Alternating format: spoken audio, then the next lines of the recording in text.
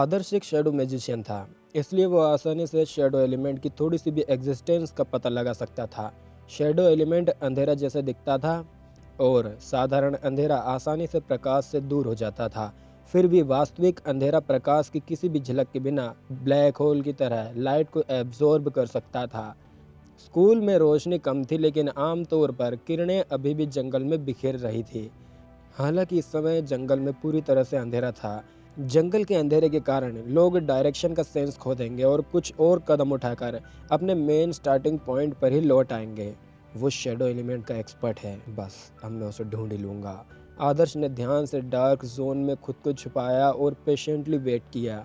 आदर्श ने शुरू में सोचा था कि वो एक बेशर्म अपराधी को पकड़ लेगा जो लड़कियों के हॉस्टल में खुलेआम घुसपैठ करने की कोशिश कर रहा था, लेकिन उसके आश्चर्य के लिए लड़का ऐसा नहीं लग रहा था कि वो हॉस्टल में खुलेआम घुसने का प्लान बना रहा था। वो खुद को पूरी तरह से छुपाने के लिए बस एक छाया में छिपा हुआ था। आदर्श के पास पेशेंटली वेट करने के अलावा कोई चारा नहीं था। यह साफ था कि दुश्मन का शैडो एलिमेंट उससे काफ़ी स्ट्रांग था, इसलिए उसकी प्रेजेंस को उजागर करना दुश्मन को दूर भगा देगा। दो दांत जो 20 लाख के लायक थे। कुछ समय बाद आदर्श ने अचानक गली के आखिर में कमरे से कुछ हलचल सुनी। आदर्श ने तुरंत बालकनी पर नजर डाली और देखा कि एक नाजुक लड़की बालकनी से पानी के पाइप के साथ नीचे उतर रही है। वो तो अवनी है, आदर्श खुद में चिल्लाया। ये वास्तव में अवनी ही थी, जो बेहद कमज़ोर दिख रही थी। आदर्श को लगा जैसे वह पाइप के नीचे उतरते हुए किसी भी सेकंड गिर जाएगी। किसी भी तरह वो ज़मीन पर उतरने में कामयाब रही। उसने फेंस में से एक गैप खोला और आसानी से जंगल में चली गई। जंगल अंधेरे में ढका हुआ था। उसका पतला फिगर जल्द ही अंधेरे में गायब होने लगा, जैसे कि वह बिना किसी निशान के गायब होने वाली हो। आदर्श का दिल डूब गया जब उसे लगा कि लड़की खतरे में है। Damn it! वेम्पायर ने पहले ही अवनी को मोहित कर लिया है। वो बीमार रही होगी, क्योंकि वो वेम्पायर काफ़ी समय से उसका खून चूस रहा था। अपने दिल में आदर्श उसे गालियाँ दे रहा था। युवा लड़कियों के गार्डियन के रूप में आदर्श इस तरह के कृत्य को बर्दाश्त नहीं करेगा। वेम्पायर्स ने उन युवा लड़कियों पर इस तरह के बेशर्म तरीके का इस्तेमाल करने की हिम्मत कैसे की जिसकी वो रक्षा कर रहा था।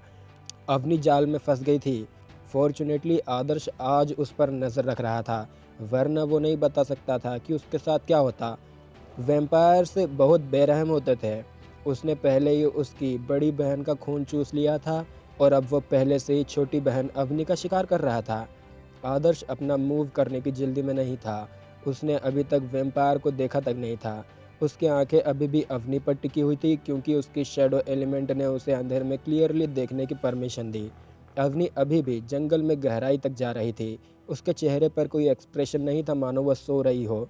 जैसे ही आदर्श अवनी का पीछा करते हुए जंगल में एक छोटी सी खाली जगह पर पहुंचा, तो अंत में उसने अंधेरे में एक कोट वाले फिगर को देखा। कोट एकदम काला था, उसके कॉलर ऊपर थे।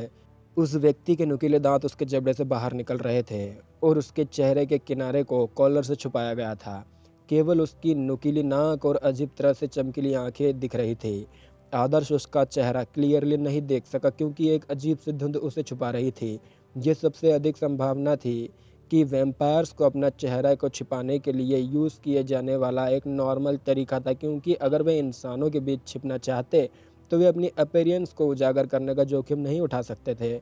अवनी ने अपने हाथों को अपनी पीठ के पीछे रखा और धीरे धीरे कोर्ट में उस आदमी की ओर चल पड़ी। अंधेरे में एक अजीब सी धुंध छा रही थी, एक अनोखी सुहानी महक के साथ। नाजुक अवनी कोर्ट में आदमी के सामने खड़ी थी। उसने धीरे से अपना सिर उठाया, जैसे एक सुंदर लड़की को खुद को राजा के सामने पेश करने का ऑर्डर दिया गया हो। कोर्ट में आदमी ने धीरे धीरे अपनी बाहों को फैला दिया, जैसे कि एक सीक्रेट डेट पर एक आदमी अपने लवर को नॉर्मली गले लगा रहा हो। मोहित अवनी ने एक कदम आगे बढ़ाया और आदमी के गले के पास झुकी।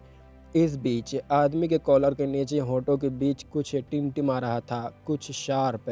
ये उस आदमी के जबड़े तक पहुंचने वाले दो नुकीले दांत थे, जिनकी कीमत 20 लाख थी। आदर्श अंदर ही अंदर कराह उठा। जैसे ही वो अपना मूव करने ही वाला था कि उसने अचानक देखा कि अवनी के हाथों में उसकी पीठ के पीछे एक ठंडी झिलमिलाहट हो रही है। उसने अपनी पीठ से एक शार्प खंजर निकाला। उसकी आंखें, जो शुरू में बिना एक्सप्रेशन के थी, घृणा से भर गई थी।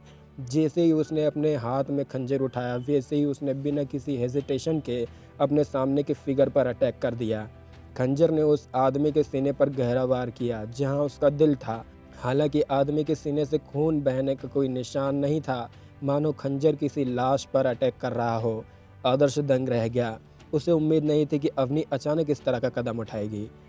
उसने अपने हाथ पीठ के पीछे रखे थे। आदर्श को पता नहीं था कि वो एक्चुअली एक सिल्वर नाइफ छिपा रही थी। What a surprise!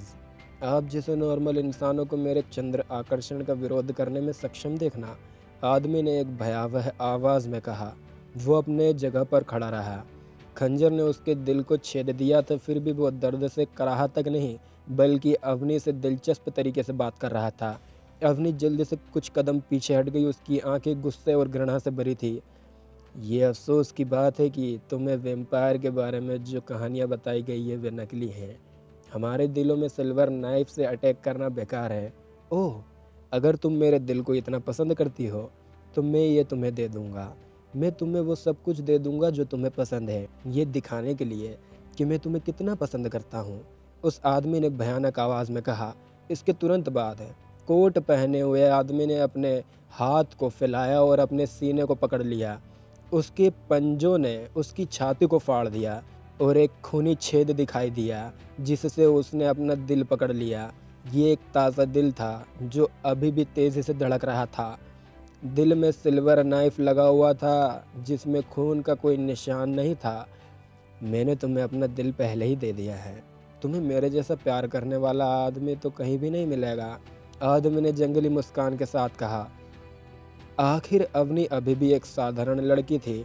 अपनी बहन का बदला लेने के लिए उसके दिल में भारी गुस्से के बावजूद वो डर गई और वैम्पायर के एब नॉर्मल एक्शन को देखकर सबकॉन्शियसली कुछ कदम पीछे हट गई।